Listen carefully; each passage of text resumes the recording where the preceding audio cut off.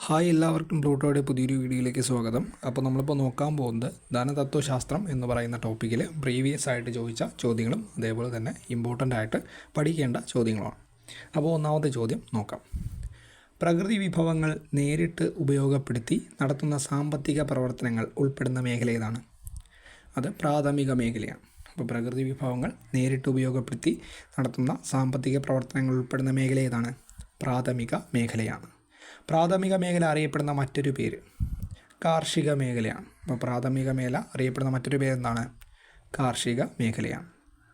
പ്രാഥമിക മേഖലയിലെ ഉൽപ്പന്നങ്ങൾ അസംസ്കൃത വസ്തുവായി ഉപയോഗിച്ച് പുതിയ ഉൽപ്പന്നങ്ങൾ ഉണ്ടാക്കുന്ന പ്രവർത്തനം നടക്കുന്ന മേഖല ദ്വിതീയ മേഖലയാണ്. അപ്പോൾ പ്രാഥമിക മേഖലയിലെ ഉൽപ്പന്നങ്ങൾ അസംസ്കൃത വസ്തുവായിട്ട് ഉപയോഗിച്ചുകൊണ്ട് പുതിയ ഉൽപ്പന്നങ്ങൾ ഉണ്ടാക്കുന്ന പ്രവർത്തനം നടക്കുന്ന മേഖല ഏതാണ്? അത് ദ്വിതീയ മേഖലയാണ്. ദ്വിതീയ മേഖല അറിയപ്പെടുന്ന മറ്റൊരു പേര് വ്യാവസായിക മേഖലയാണ്. അപ്പോൾ ദ്വിതീയ മേഖല അറിയപ്പെടുന്ന മറ്റൊരു പേരെന്താണ്? വ്യാവസായിക മേഖലയാണ്.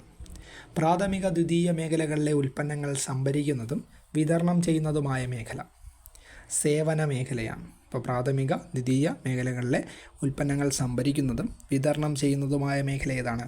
അത് സേവന മേഖലയാണ്. വിദ്യാഭ്യാസം, ഗതാഗതം, ബാങ്കിങ്, IT എന്നിവ ഉൾപ്പെടുന്നത് ഏത് മേഖലയിലാണ്? സേവന മേഖലയിലാണ്. അപ്പോൾ വിദ്യാഭ്യാസം, ഗതാഗതം, ബാങ്കിങ്, IT എന്നിവ ഉൾപ്പെടുന്നത് ഏത് മേഖലയിലാണ്? അത് സേവന മേഖല, അതായത് തൃതീയ മേഖലയിലാണ്. സേവന മേഖല അറിയപ്പെടുന്ന മറ്റൊരു പേരെന്താണ്? അത് തൃതീയ മേഖലയാണ്. പ്രാഥമിക മേഖലയിലെ പ്രവർത്തനങ്ങളുടെ ഉദാഹരണങ്ങൾ ഏതൊക്കെയാണ്? കൃഷിയും അനുബന്ധ പ്രവർത്തനങ്ങളും, വനപരിപാലനം, മത്സ്യബന്ധനം, ഖനനം. അപ്പോൾ പ്രാഥമിക മേഖലയിലെ എന്തൊക്കെ പ്രവർത്തനങ്ങളാണ്? കൃഷി, അനുബന്ധ പ്രവർത്തനങ്ങൾ, വനപരിപാലനം, മത്സ്യബന്ധനം, ഖനനം. ദ്വിതീയ മേഖലയിൽ ഉൾപ്പെടുന്ന പ്രധാന സംഗതികൾ ഏതൊക്കെയാണ്? വ്യവസായം, വൈദ്യുതി ഉൽപ്പാദനം, കെട്ടിട നിർമ്മാണം. അപ്പോൾ ദ്വിതീയ മേഖലയിൽ ഉൾപ്പെടുന്ന പ്രധാന പ്രവർത്തനങ്ങൾ എന്തൊക്കെയാണ്? വ്യവസായം, വൈദ്യുതി ഉൽപ്പാദനം, കെട്ടിട നിർമ്മാണം. തൃതീയ മേഖലയിലെ പ്രധാന പ്രവർത്തനങ്ങൾ എന്തൊക്കെയാണ്? വ്യാപാരം, ഗതാഗതം, ഹോട്ടൽ, വാർത്താവിനിമയം, സംഭരണം, banking, insurance, business, real estate, സാമൂഹിക സേവന പ്രവർത്തനങ്ങൾ. അപ്പോൾ തൃതീയ മേഖലയിലെ പ്രധാന പ്രവർത്തനങ്ങൾ എന്തൊക്കെയാണ്?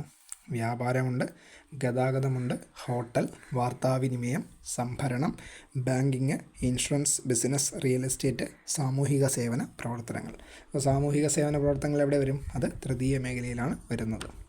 വിവിധ മേഖലകളിൽ സർക്കാർ നടത്തുന്ന ചിലവുകൾ ഏതു പേരിൽ അറിയപ്പെടുന്നു?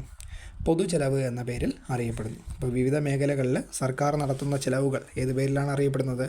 പൊതുചെലവുകൾ എന്നാണ് അറിയപ്പെടുന്നത്. പൊതുചിലവിൻ്റെ രണ്ട് വകഭേദങ്ങൾ എന്തൊക്കെയാണ്? വികസന ചിലവുകളും വികസനേതര ചിലവുകളും. അപ്പോൾ ചിലവിൻ്റെ രണ്ട് വകഭേദങ്ങൾ എന്തൊക്കെയാണ്? വികസന ചിലവുകളും വികസനേതര ചിലവുകളും. റോഡ്, പാലം, തുറമുഖം തുടങ്ങിയവ നിർമ്മിക്കുക, പുതിയ സംരംഭങ്ങളും വിദ്യാഭ്യാസ സ്ഥാപനങ്ങളും തുടങ്ങുക മുതലായ പ്രവർത്തനങ്ങൾക്കുള്ള സർക്കാർ ചെലവുകൾ ഏത് പേരിൽ അറിയപ്പെടുന്നു? വികസന ചെലവുകളെന്ന് അറിയപ്പെടുന്നു. അപ്പോൾ റോഡ്, പാലം, തുറമുഖം തുടങ്ങിയവ നിർമ്മിക്കുക, പുതിയ സംരംഭങ്ങളും വിദ്യാഭ്യാസ സ്ഥാപനങ്ങളും തുടങ്ങുക മുതലായ പ്രവർത്തനങ്ങൾക്കുള്ള സർക്കാർ ചെലവുകൾ ഏത് പേരിൽ അറിയപ്പെടുന്നു? അത് വികസന ചെലവുകളെന്ന് അറിയപ്പെടുന്നു. യുദ്ധം, പലിശ, പെൻഷൻ തുടങ്ങിയവയ്ക്കുള്ള ചെലവുകളെ ഏത് വിഭാഗത്തിൽപ്പെടുത്തുന്നു? അത് വികസനേതര ചെലവുകളാണ്. അപ്പോൾ യുദ്ധം, പലിശ, പെൻഷൻ തുടങ്ങിയവയ്ക്കുള്ള ചെലവുകളെ ഏത് വിഭാഗത്തിലാണ് കണക്കാക്കുന്നത്? അത് വികസനേതര ചെലവുകളാണ്. സർക്കാരിൻ്റെ വരുമാനത്തെ ഏതു പേരിൽ വിളിക്കുന്നു? പൊതുവരുമാനം എന്നാണ് വിളിക്കുന്നത്. അപ്പോൾ സർക്കാരിൻ്റെ വരുമാനത്തെ ഏത് പേരിലാണ് വിളിക്കുന്നത്? പൊതുവരുമാനം. പൊതുവരുമാനത്തിൻ്റെ രണ്ടിനം സ്രോതസ്സുകൾ ഏതൊക്കെയാണ്? നികുതി വരുമാനവുമുണ്ട്, നികുതിയേതര വരുമാനവുമുണ്ട്. അപ്പോൾ പൊതുവരുമാനത്തിൻ്റെ രണ്ടിനം സ്രോതസ്സുകൾ ഏതൊക്കെയാണ്? നികുതി വരുമാനവും നികുതിയേതര വരുമാനവും. ഇന്ത്യയിൽ ചരക്കു സേവന നികുതി പ്രാബല്യത്തിൽ വന്ന എന്നാണ്? 2017 ജൂലൈ 1 അപ്പോൾ ഇന്ത്യയിൽ ചരക്കു സേവന നികുതി പ്രാബല്യത്തിൽ വന്ന എന്നാണ്? 2017 ജൂലൈ 1 ക്ഷേമ പ്രവർത്തനങ്ങൾ, വികസന പ്രവർത്തനങ്ങൾ എന്നിങ്ങനെ പൊതു താൽപ്പര്യത്തിന് വേണ്ടിയുള്ള ചിലവുകൾ വഹിക്കാനായി ജനങ്ങൾ സർക്കാരിന് നിർബന്ധമായും നൽകേണ്ട പണം, അതാണെന്ത്? നികുതി എന്ന് പറയുന്നത്. അപ്പോൾ ക്ഷേമ പ്രവർത്തനങ്ങൾ, വികസന പ്രവർത്തനങ്ങൾ എന്നിങ്ങനെ പൊതു താൽപ്പര്യത്തിന് വേണ്ടിയുള്ള ചിലവുകൾ വഹിക്കാനായി ജനങ്ങൾ സർക്കാരിന് നിർബന്ധമായും നൽകേണ്ട പണം, അതാണെന്ത്? നമ്മൾ നികുതി എന്ന് പറയുന്നത്. നികുതി എത്ര തരത്തിലുണ്ട്? രണ്ട് തരത്തിലുള്ള നികുതികളാണ് ഉള്ളത്. ഏതൊക്കെയാണ്? പ്രത്യക്ഷ നികുതിയുമുണ്ട്, പരോക്ഷ നികുതിയുമുണ്ട്. അപ്പോൾ എത്ര തരത്തിൽ നികുതികളുണ്ട്? രണ്ട് തരത്തിൽ നികുതികളുണ്ട്, പ്രത്യക്ഷ നികുതിയും പരോക്ഷ നികുതിയും. നികുതി ഭാരം നികുതിദായകൻ തന്നെ ചുമക്കുന്ന നികുതി ഏതാണ്?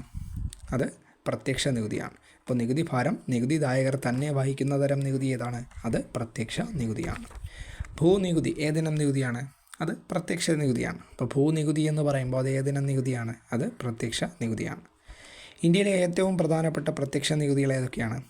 വ്യക്തിഗത ആദായ നികുതി, അതൊരു പ്രത്യക്ഷ നികുതിയാണ്. കോർപ്പറേറ്റ് നികുതി, അതൊരു പ്രത്യക്ഷ നികുതിയാണ്. അപ്പോൾ വ്യക്തിഗത ആദായ നികുതി പ്രത്യക്ഷ നികുതിയാണ്. കോർപ്പറേറ്റ് നികുതിയും എന്താണ്? പ്രത്യക്ഷ നികുതിയാണ്. വ്യക്തികളുടെ വരുമാനത്തിന്മേൽ ചുമത്തുന്ന നികുതി, അത് വ്യക്തിഗത ആദായ നികുതിയാണ്, അതൊരു പ്രത്യക്ഷ നികുതിയാണ്.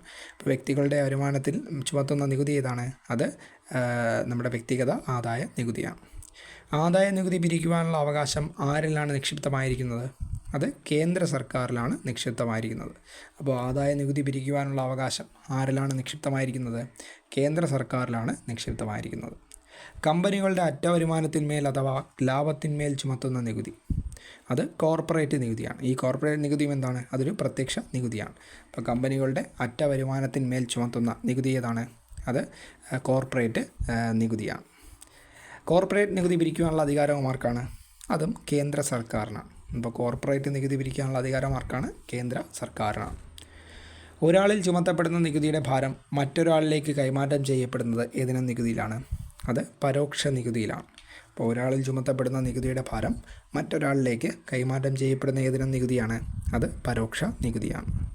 വിൽപ്പന നികുതി ഏതിനം നികുതിക്ക് ഉദാഹരണമാണ്? പരോക്ഷ നികുതിക്ക് ഉദാഹരണമാണ്. അപ്പോൾ വിൽപ്പന നികുതി ഏതിനം നികുതിക്ക് ഉദാഹരണമാണ്? പരോക്ഷ നികുതിക്ക് ഉദാഹരണമാണ്. നിലവിലെ പരോക്ഷ നികുതി സമ്പ്രദായം ലളിതമാക്കുവാനും ഒരു രാജ്യത്ത് ഒറ്റ നികുതി എന്ന തത്വം നടപ്പാക്കാനുമായി ഇന്ത്യയിൽ നിലവിലുണ്ടായിരുന്ന പരോക്ഷ നികുതികളുടെ നല്ലൊരു വിഭാഗത്തെ ഉൾപ്പെടുത്തി നടപ്പിലാക്കിയ നികുതി ഏതാണ്? അത് നമ്മുടെ GST, ചരക്കു സേവന നികുതിയാണ്.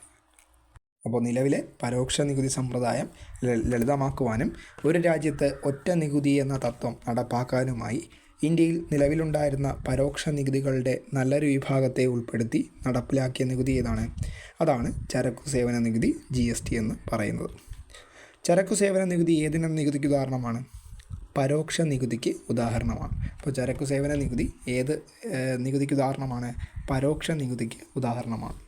ചരക്കു സേവന നികുതി പ്രാബല്യത്തിലാക്കിയ ഭരണഘടനാ ഭേദഗതി 2016 101 ഭരണഘടനാ ഭേദഗതിയാണ്. അപ്പോൾ ചരക്കു സേവന നികുതി പ്രാബല്യത്തിലായ ഭേദഗതി ഏതാണ്? 2016 101 ഭരണഘടനാ ഭേദഗതിയാണ്. ഇന്ത്യയിലെ ഏകീകൃത പരോക്ഷ നികുതി ഏതാണ്? അത് നമ്മുടെ GST, ചരക്ക് സേവന നികുതിയാണ്. അപ്പോൾ ഇന്ത്യയിലെ ഏകീകൃത പരോക്ഷ നികുതി സമ്പ്രദായം ഏതാണ്? അത് പുതുതായിട്ട് വന്ന 2017 വന്ന 101ാമത് ഭേദഗതിയിൽ വന്ന ചരക്ക് സേവന നികുതിയാണ്. ചരക്കു സേവന നികുതിയിൽ ലയിക്കപ്പെട്ട പ്രധാന നികുതികൾ ഏതൊക്കെയാണ്? കേന്ദ്ര എക്സൈസ് ഡ്യൂട്ടി, സേവന നികുതി, കേന്ദ്ര വിൽപ്പന നികുതി, സംസ്ഥാന മൂല്യവർദ്ധിത നികുതി, ആഡംബര നികുതി, പരസ്യ നികുതി, പ്രവേശന നികുതി, വിനോദ നികുതി. അപ്പോൾ ഇത്രയും നികുതികളാണ് നമ്മൾ ഇതിൽ ലയിക്കപ്പെട്ടത്. അപ്പോൾ ചരക്കു സേവന നികുതിയിൽ അല്ലെങ്കിൽ GSTയിൽ ലയിക്കപ്പെട്ട പ്രധാന നികുതികൾ ഏതൊക്കെയാണ്?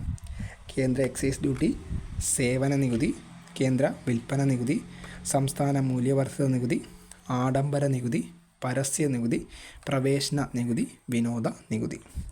ചരക്കുകളുടെയും സേവനങ്ങളുടെയും നിർമ്മാണം മുതൽ ഉപഭോഗം വരെയുള്ള എല്ലാ ഘട്ടങ്ങളിലും നികുതി ചുമത്തുന്ന സംവിധാനമുള്ളത് ഏത് നികുതിയിലാണ്? അത് ഈ ഒരു GST, ചരക്ക് സേവന നികുതിയിലാണ്. അപ്പോൾ ഒരു ചരക്കുകളുടെയും സേവനങ്ങളുടെയും നിർമ്മാണം മുതൽ ഉപഭോഗം വരെയുള്ള എല്ലാ ഘട്ടങ്ങളിലും നികുതി ചുമത്തുന്ന സംവിധാനം ഏതാണ്? അത് ചരക്ക് സേവന നികുതി, GSTയിലാണ്. ഒരു സാമ്പത്തിക വർഷത്തിലെ മൊത്തം വിറ്റുവരവ് എത്ര രൂപയിൽ കൂടുതലാണെങ്കിലാണ് വ്യാപാരികൾ നിർബന്ധമായും GSTയിൽ രജിസ്ട്രേഷൻ എടുക്കേണ്ടത്? 20 ലക്ഷം രൂപയിലാണ്. അപ്പോൾ ഒരു സാമ്പത്തിക വർഷത്തിൽ മൊത്തം വിറ്റുവരവ് എത്ര രൂപയിൽ കൂടുതൽ ആണെങ്കിലാണ് വ്യാപാരികൾ നിർബന്ധമായും GST രജിസ്ട്രേഷൻ എടുക്കേണ്ടത്? അത് 20 ലക്ഷം രൂപയിൽ കൂടുതലാണെങ്കിലാണ്. സംസ്ഥാനത്തിനകത്ത് ക്രയവിക്രയം ചെയ്യപ്പെടുന്ന ചരക്കു സേവനങ്ങളുടെ മേൽ കേന്ദ്ര ഗവൺമെൻറ് ചുമത്തുന്ന GST സെൻട്രൽ GST ആണ്. അപ്പോൾ സംസ്ഥാനത്തിനകത്ത് ക്രയവിക്രയം ചെയ്യുന്ന ചരക്കു സേവനങ്ങളുടെ മേൽ കേന്ദ്ര ഗവൺമെൻറ് ചുമത്തുന്ന GST ഏതാണ്? അത് സെൻട്രൽ GST ആണ്, CGST എന്ന് പറയും. ചരക്കു സേവനങ്ങൾക്ക് മേൽ സംസ്ഥാന ഗവൺമെൻറ് ചുമത്തുന്ന GST അത് സ്റ്റേറ്റ് ജി എസ് ടി ആണ്. അപ്പോൾ നമ്മുടെ ചരക്കു സേവനങ്ങൾക്ക് മേൽ സംസ്ഥാന ഗവൺമെൻറ് ചുമത്തുന്ന ജി എസ് ടി ഏതാണ്? അത് സ്റ്റേറ്റ് ജി എസ് ടി ആണ്. അന്തർ സംസ്ഥാന ക്രയവിക്രയങ്ങളുടെ മേൽ ജി എസ് ടി ചുമത്തുന്നതും പിരിക്കുന്നതും ആരാണ്? അത് കേന്ദ്ര സർക്കാരാണ്. അപ്പോൾ അന്തർ സംസ്ഥാന ക്രയവിക്രയങ്ങളുടെ മേൽ ജി എസ് ടി ചുമത്തുന്നതും പിരിക്കുന്നതും ആരാണ്? അത് കേന്ദ്ര സർക്കാരാണ്. അന്തർ സംസ്ഥാന ക്രയവിക്രയങ്ങളിൽ കേന്ദ്ര സർക്കാർ ഈടാക്കുന്ന ജി എസ് ടി ഏത് പേരിൽ അറിയപ്പെടുന്നു? ഇൻ്റഗ്രേറ്റഡ് ജി എസ് ടി ആണ്. അപ്പോൾ അന്തർ സംസ്ഥാന ക്രയവിക്രയങ്ങളിൽ കേന്ദ്ര സർക്കാർ ഈടാക്കുന്ന ജി എസ് ടി ഏത് പേരിൽ അറിയപ്പെടുന്നു? ഇൻ്റഗ്രേറ്റഡ് ജി എസ് ടി എന്ന് അറിയപ്പെടുന്നു. നിലവിൽ ജി എസ് ടിയുടെ പരിധിയിൽ ഉൾപ്പെടാത്ത പ്രധാന ഇനങ്ങൾ: പെട്രോളിയം ഉൽപ്പന്നങ്ങൾ, വൈദ്യുതി, മദ്യം. അപ്പോൾ നിലവിൽ ജി എസ് ടിയുടെ പരിധിയിൽ ഉൾപ്പെടാത്ത പ്രധാന ഇനങ്ങൾ ഏതൊക്കെയാണ്? പെട്രോളിയം ഉൽപ്പന്നങ്ങൾ, വൈദ്യുതി, മദ്യം. മനുഷ്യ ഉപഭോഗത്തിനുള്ളതൊന്നും എന്തില്ല? ജി എസ് ടിയുടെ പരിധിയിൽ ഉൾപ്പെടുന്നില്ല. സംസ്കരിക്കാത്ത ഭക്ഷ്യവസ്തുക്കൾ ഉൾപ്പെടെയുള്ള നിത്യോപയോഗ സാധനങ്ങൾ, അവശ്യ സേവനങ്ങൾ എന്നിവയുടെ ജി എസ് ടി നിരക്ക് എത്രയാണ്? അതിന് ജി എസ് ടി നിരക്ക് ഇല്ല.